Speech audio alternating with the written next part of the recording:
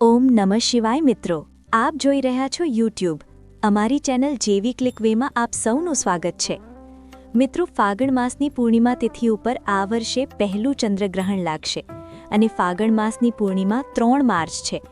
3 March 2026 મંગળવારના દિવસે પૂર્ણિમા છે અને આ વખતે જે ગ્રહણ છે ચંદ્રગ્રહણ, તેનો પ્રભાવ ભારતમાં પણ રહેશે. ભારતમાં આ ગ્રહણ દેખાશે, તેથી તેનું સૂતકકળ પણ માન્ય રહેશે. તો આજના વિડીયોમાં આપણે જાણીશું કે વર્ષ 2026નું પહેલું ચંદ્રગ્રહણ ક્યારે શરૂ થશે અને ક્યારે પૂર્ણ થશે, સૂતકકાળ ક્યારે શરૂ થશે અને સૂતકકાળમાં આપણે કયા કાર્યો કરવા જોઈએ અને કયા કાર્યો ન કરવા જોઈએ. સંપૂર્ણ માહિતી તમને આજના વિડીયોમાં શેર કરીશ. તો આજનો વિડીયો તમારા માટે ખૂબ મહત્વપૂર્ણ છે, આખું જરૂર જોજો. જો વિડીયો સારી લાગી હોય તો આ વિડીયોને એક લાઇક કરજો. તમારા મિત્રો, પરિવારજનો અને ગર્ભવતી મહિલાઓ છે તેમની સાથે આ વિડીયોને શેર કરી લેજો. તો સૌથી પહેલાં વાત કરીએ કે ગ્રહણ ક્યારે શરૂ થશે અને ક્યારે પૂર્ણ થશે. તો જુઓ, આ ગ્રહણ 3 માર્ચ 2026ના રોજ બપોરે 3:20 શરૂ થશે અને આ ગ્રહણનું સમાપન સાંજે 6:47 થશે. અને આ ગ્રહણની કુલ અવધિ લગભગ 3 કલાક 27 મિનિટની રહેશે. એટલે ચંદ્રગ્રહણ છે તો સૂતક 9 કલાક પહેલાં શરૂ થઈ જશે. હવે જ્યાં જ્યાં બપોરે 3:20 ગ્રહણ દેખાશે, એટલે જે દેશોમાં ગ્રહણ 3:20 શરૂ થાય છે ત્યાં સૂતકકાળ સવારે 6:20 શરૂ થશે. પરંતુ ભારતમાં ગ્રહણ દેખાવાનો સમય સાંજે 6:02 છે અને પૂર્ણ થવાનો સમય સાંજે 6:48 છે. એટલે સાંજે 6:02 થી 6:48 સુધી ચંદ્રગ્રહણ રહેશે. જો તમે ભારતમાં રહેતા હોય તો આ સમય અનુસાર ધ્યાન રાખજો. તમારા માટે સૂતકકાળનો સમય સવારે 9:40 શરૂ થશે. એટલે સવારે 9:40 ભારતમાં સૂતકકાળ માન્ય રહેશે અને સૂતકકાળનું સમાપન ગ્રહણ સાથે જ એટલે સાંજે 6:48 થશે. સૂતકકાળમાં કઈ બાબતોનું ધ્યાન રાખવું જોઈએ? તો જુઓ, સૂતકકાળમાં પૂજાપાઠ કરવું નહીં, એટલે કે જે ક્રિયાત્મક પૂજા હોય છે તે સૂતકકાળમાં બંધ થઈ જાય છે. જેમ કે મૂર્તિઓનો સ્પર્શ કરી શકાતો નથી, મૂર્તિઓનું પૂજન કરી શકાતું નથી, કોઈ પુરાણને સ્પર્શ કરીને એટલે કે કોઈ પણ ગ્રંથને સ્પર્શ કરવો નહીં, ગ્રંથનું પૂજન અથવા પાઠ પણ કરવો નહીં. શાસ્ત્રોમાં તો અહીં સુધી કહેવામાં આવ્યું છે કે સૂતકકાળમાં ન તો ભોજન બનાવવું જોઈએ અને ન તો ભોજન કરવું જોઈએ. પહેલા સમયમાં આ વાતો માનવામાં આવતી હતી અને સૂતકકાળથી જ લોકો ભોજન છોડતા હતા, પરંતુ હવે આવું શક્ય નથી. તેથી ઈચ્છા હોય તો ભોજન બનાવી શકો છો અને ખાઈ પણ શકો છો. સૂતકકાળમાં ભોજન ગ્રહણ કરી શકો છો, કોઈ સમસ્યા નથી. બનાવી પણ શકો છો, પરંતુ ધ્યાન રાખવું કે જ્યારે સૂતકકાળમાં ભોજન બનાવો ત્યારે એટલું જ ભોજન બનાવો જેટલી તમારે જરૂર હોય, કારણ કે વધેલું ભોજન ગ્રહણ પૂર્ણ થયા પછી ઉપયોગમાં લઈ શકાતું નથી અને તે આરોગ્ય માટે સારું નથી. તેથી આ વાતોનું ધ્યાન રાખવું. હવે ઘણાનો પ્રશ્ન હતો કે શું સૂતકકાળમાં ભોજન બનાવી અને કરી શકાય? તો હા, બનાવી શકાય અને કરી પણ શકાય, પરંતુ ગ્રહણ દરમિયાન એટલે કે જેટલા સમય સુધી ગ્રહણ હોય તે સમય ભોજન ન બનાવવું અને ન કરવું. ઉપરાંત સૂતકકાળમાં કોઈ પણ શુભ કાર્ય શરૂ કરવું નહીં. હવે 3 માર્ચે પૂર્ણિમા તિથિ છે અને ઘણા ભક્તો પૂર્ણિમાનું વ્રત કરે છે, સત્યનારાયણ ભગવાનની કથા કરે છે, પૂર્ણિમા સ્નાન કરે છે અને દાન કરે છે. તો તેમના માટે શુભ મુહૂર્ત શું છે? તેમજ પૂર્ણિમાએ પિતૃઓનું તર્પણ પણ થાય છે. તો તર્પણ ક્યારે કરવું? જુઓ, પૂર્ણિમા સ્નાન અને દાન બ્રહ્મ મુહૂર્તમાં કરવું. સવારે 5 વાગ્યાથી 6 વાગ્યાની વચ્ચે બ્રહ્મ મુહૂર્ત છે. આ સમયે તમે સ્નાન કરી લો, પછી શુદ્ધ વસ્ત્ર ધારણ કરીને ભગવાન સૂર્યદેવને જળ અર્પણ કરો. ત્યારબાદ ઘરના મંદિરમાં વિધિપૂર્વક લક્ષ્મીનારાયણની પૂજા કરો. આજે પૂર્ણિમા તિથિ છે અને આજના દિવસે લક્ષ્મી અને નારાયણની સંયુક્ત આરાધના કરવાથી શ્રી હરિ વિષ્ણુ સાથે માતા લક્ષ્મી તમારા ઘરે નિવાસ કરે છે. તેથી આ દિવસ ખૂબ મહત્વનો છે. વિધિપૂર્વક લક્ષ્મી નારાયણની આરાધના કરીને વિષ્ણુ સહસ્ત્રનામનો પાઠ કરો, શ્રી સુક્ત અને કનકધારા સ્તોત્રનો પાઠ કરો. ત્યારબાદ ભગવાન શ્રી હરિ વિષ્ણુ અને માતા લક્ષ્મીની સંયુક્ત આરતી કરો અને સવારેથી પૂજા પૂર્ણ કર્યા પછી તમારી ઈચ્છા અને શક્તિ મુજબ પૂર્ણિમાનું દાન કરો. જેમ કે કાચી ખાદ્ય સામગ્રી, આટો, દાળ, ચોખા, શાકભાજી વગેરેનું દાન કરી શકો છો અથવા ખીરની સામગ્રીનું દાન કરી શકો છો. ખીર બનાવીને મંદિર લઈ જઈ શકો છો અથવા કોઈ પૂજારી કે કન્યાને ખવડાવી શકો છો અને દાન કરી શકો છો. નજીકમાં મંદિર હોય તો ત્યાં પણ જઈ શકો છો. પૂર્ણિમા તિથિએ શિવલિંગ ઉપર કાચું દૂધ અર્પણ કરવાથી મનની ઈચ્છાઓ પૂર્ણ થાય છે. તેથી નજીકમાં શિવલિંગ હોય તો શિવ મંદિરમાં જઈ કાચા દૂધ અથવા પંચામૃતથી અભિષેક કરો. ઘરે શિવલિંગ હોય તો ઘરે પણ કરી શકો છો. કહેવામાં આવે છે કે પૂર્ણિમા તિથિએ પીપળાના વૃક્ષમાં લક્ષ્મી નારાયણનો નિવાસ હોય, તેથી નજીકમાં પીપળનું વૃક્ષ હોય તો તેમાં થોડું કાચું દૂધ જરૂર અર્પણ કરો. ગાયનું કાચું દૂધ શ્રેષ્ઠ ગણાય છે. ન મળે તો ઉપલબ્ધ દૂધ લો, પણ ઉકાળેલું ન હોવું જોઈએ.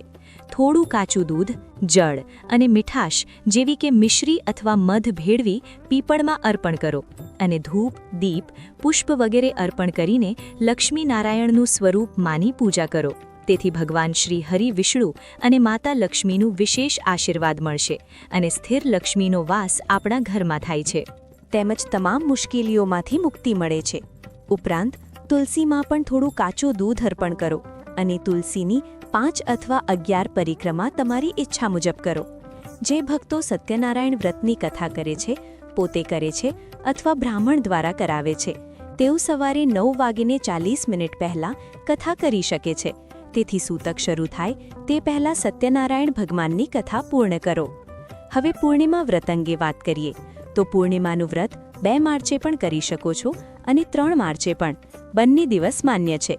ચંદ્રોદય કાકાલીન પૂર્ણિમા 2 માર્ચે છે અને સૂર્યોદય કાકાલીન પૂર્ણિમા 3 માર્ચ 2026 છે. તેથી તમારી અનુકૂળતા મુજબ વ્રત રાખી શકો છો. જો 3 માર્ચે સૂર્યોદયકાલીન પૂર્ણિમાએ વ્રત રાખો તો બ્રહ્મ મુહૂર્તમાં ઉઠીને સ્નાન કરો અને પૂજા કરો. પૂજામાં જ વ્રતના સંકલ્પ લો. સવારે પૂજા કરતી વખતે સંકલ્પ લેતા વ્રતનો પ્રારંભ થઈ જાય છે. તે પછી તમારી જે પણ પૂજા હોય, જેમ કે જો તમે સત્યનારાયણ વ્રતની કથા કરો છો, પૂર્ણિમા વ્રતની કથા વાંચો છો અથવા સાંભળો છો, એટલે પૂર્ણિમાની જેટલી પણ પૂજા અને કથા હોય તે બધું પ્રયત્ન કરીને સવારે જ પૂર્ણ કરી લો. એટલે સૂતકળ શરૂ થાય તે પહેલાં તમારી પૂજા પૂર્ણ કરવી જોઈએ. આ વાતનું ધ્યાન રાખો. પછી સૂતકળમાં તો મંત્ર જપ વગેરે માનસિક રીતે કરી શકો છો અને ગ્રહણકાળમાં મંત્રોની સિદ્ધિ માટે કોઈ પણ મંત્રનો જપ કરી શકો છો. જો તમે વ્રત રાખ્યું હોય તો સૂતકળ કાળમાં ફળાહાર કરી શકાય? હા, જરૂર કરી શકાય. જો તમારું પૂર્ણિમાનું વ્રત હોય તો સૂતકળ કાળમાં ફળાહાર કરી શકો છો. જેમ કે ફળ લઈ શકો છો, જ્યુસ પી શકો છો, નારિયેળ પાણી લઈ શકો છો, ચા પણ પી શકો છો. એટલે ફળાહાર કરી શકો છો. પરંતુ એક વાતનું ખાસ ધ્યાન રાખવું. ગ્રહણકાળ શરૂ થાય ત્યારથી જેટલું સમય ગ્રહણ રહે તે દરમિયાન ફળાહાર કરવો નહીં. તે સમયે મંત્ર જપ કરવો અને તે ગ્રહણકાળને સાધના માટે ઉપયોગમાં લો. જેટલું શક્ય હોય તેટલું મંત્ર જપ કરો. ગ્રહણકાળમાં મંત્ર જપ કેવી રીતે અને ક્યારે સુધી કરવો તેની માહિતી તમને અમારા વિડીયોમાં મળશે. ગ્રહણ પૂર્ણ થયા પછી સૌપ્રથમ તમારા ઘરની શુદ્ધિ કરવી, ત્યારબાદ ગંગાજળ મિશ્રિત જળથી સ્નાન કરવું. સ્નાન પછી દાન કરવું, કારણ કે ગ્રહણ પૂર્ણ થયા પછી સ્નાન કરીને સૌપ્રથમ દાન કરવામાં આવે છે. પછી ઘરના મંદિરમાં માં ગંગાજળ સાંટી શુદ્ધિકરણ કરીને ધૂપ દીપ પ્રગટાવી વિધિપૂર્વક દેવતાઓની પૂજા કરો. આજે સૌએ ચંદ્રમાને અર્ધ્ય આપવું. જો વ્રત હોય તો પણ અને ન હોય તો પણ ચંદ્રોદય પછી અને ગ્રહણ પૂર્ણ થયા પછી સ્નાન કરીને કાચા દૂધથી ચંદ્રમાને અર્ધ્ય આપો. જો દૂધ ન હોય તો ગંગાજળથી પણ અર્ધ્ય આપી શકો છો. ધૂપ દીપ બતાવી પૂજા કરો, પરંતુ ચંદ્રોદય પછી ચંદ્રમાને અર્ધ્ય જરૂર આપવું. અને ઘરમાં તુલસી હોય તો તુલસીમાં દીપદાન કરો. મુખ્ય દ્વાર પર દીપદાન કરો. પછી રહોડાની સફાઈ કરીને શુદ્ધ અને સાત્વિક ભોજન બનાવો. ગ્રહણ પહેલાંનું બચેલું ભોજન ઘરની બહાર કોઈ જીવજંતુને આપી શકો છો. સૂતક શરૂ થવા પહેલાં એક વધુ કાર્ય કરી લેવાનું. થોડા તુલસીના પાન અથવા કુશા હોય તો કુશા લઈ લો. અને જેટલી પણ ખાવાની વસ્તુઓ હોય, જેમ કે હવે હોળી છે તો દરેક ઘરમાં ઘણી જાતની વસ્તુઓ બનાવેલી હોય છે, તો તેમાં તમને તુલસીના પાન અથવા કુશા મૂકવાના છે. થોડા તુલસીના પાન ઘરના મંદિરમાં રાખી દો, થોડા રસોડામાં રાખી દો, કોઈ વાસણમાં મૂકી રાખી શકો છો, રૂમમાં પણ રાખી શકો છો. તમારા જેટલા પણ રૂમ હોય તેમાં થોડા થોડા તુલસીના પાન અથવા કુશા જરૂર રાખો. તેથી નકારાત્મક ઉર્જા તમારા ઘરમાં પ્રવેશ કરતી નથી અને તેનો પ્રભાવ પડતો નથી.